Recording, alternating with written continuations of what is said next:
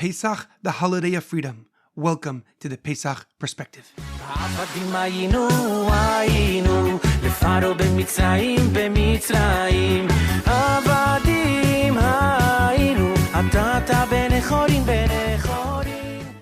The Pesach Perspective is in honor of the immediate and speedy recovery of Daniel Aaron Moshe ben Ruth. May he and all those who need experience a Refuah Shlema quickly and swiftly.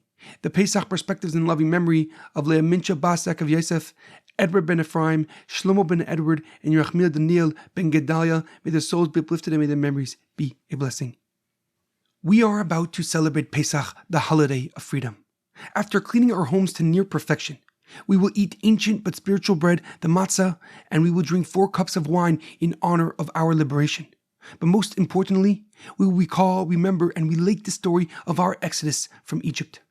One of the more notable parts of the Seder is the asking of the 4 questions, the Manishtana. Typically, the youngest child at the table will recite the 4 questions, followed by all the adults. If no children are present, all the adults together ask the 4 questions. The Manishtana examines and describes some of the differences between the Seder night and the rest of the year. Beginning with, why do we dip not once but twice during the Seder? Why do we eat only matzah during Pesach? Why do we specifically eat the maror, the bitter herbs? And lastly, why we must recline and lean during the Seder night. Following the Manishtana, we read Avadim Hayinu Lafar b'Mitzrayim. We were slaves to Pharaoh in Egypt. We recount in detail the amount of pain and suffering that our ancestors endured. And we also encounter and relate the mistakes that was made during their journeys.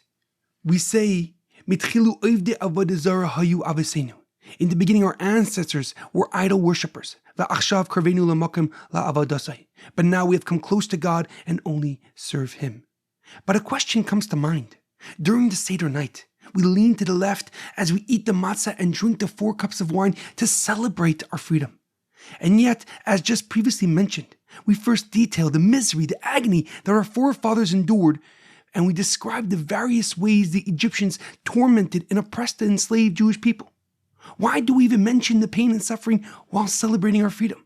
Why do we spend even a moment focusing on the slavery rather than celebrating our exodus and our miracle of leaving Egypt?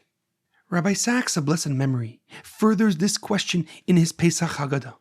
He asks, why do we even mention our ancestors were idol worshippers if it is referring to Terach, Avram Avinu's father?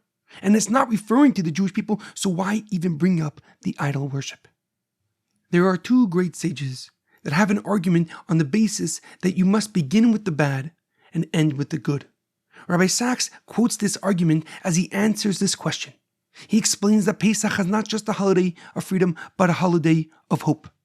The statement that Terach worshiped false gods is our past, and our ancestors' pain and suffering is our story. Because now we can experience the good and serve Melech Malchei Amlachim, the Master of the universe, the King of all kings, God and our Father in heaven. Rabbi Sachs explains that our birth and our origins are already written, but we write the final paragraph in the story. We write how improved we are from our former selves, how we are using our freedom to share God's name and God's light and God's kindness throughout the world, how the suffering of our ancestors shaped our identity and our unwavering belief in God. The main rule of the Pesach story is that each person must feel as if they themselves are leaving Egypt. The Seder and expounding on our exodus from Egypt turns our history into memory, making our past become the present. Because the struggle of our freedom never ends, every generation has the ability to add its mark onto a tale as old as time itself, empowering us to truly experience the statement in the Haggadah. Had the exodus not happened, we would have still been slaves to Pharaoh in Egypt today. Rabbi Sachs explains that the Seder night is meant to strengthen our belief and give us hope.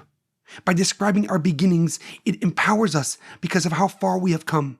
But most importantly, it gives us hope for the future, to add our mark to our storied history and bring about the ultimate redemption. May we merit to experience the ultimate redemption and celebrate this Pesach in Jerusalem with the 3rd Beis Hamikdash. Have a joyous and meaningful Pesach.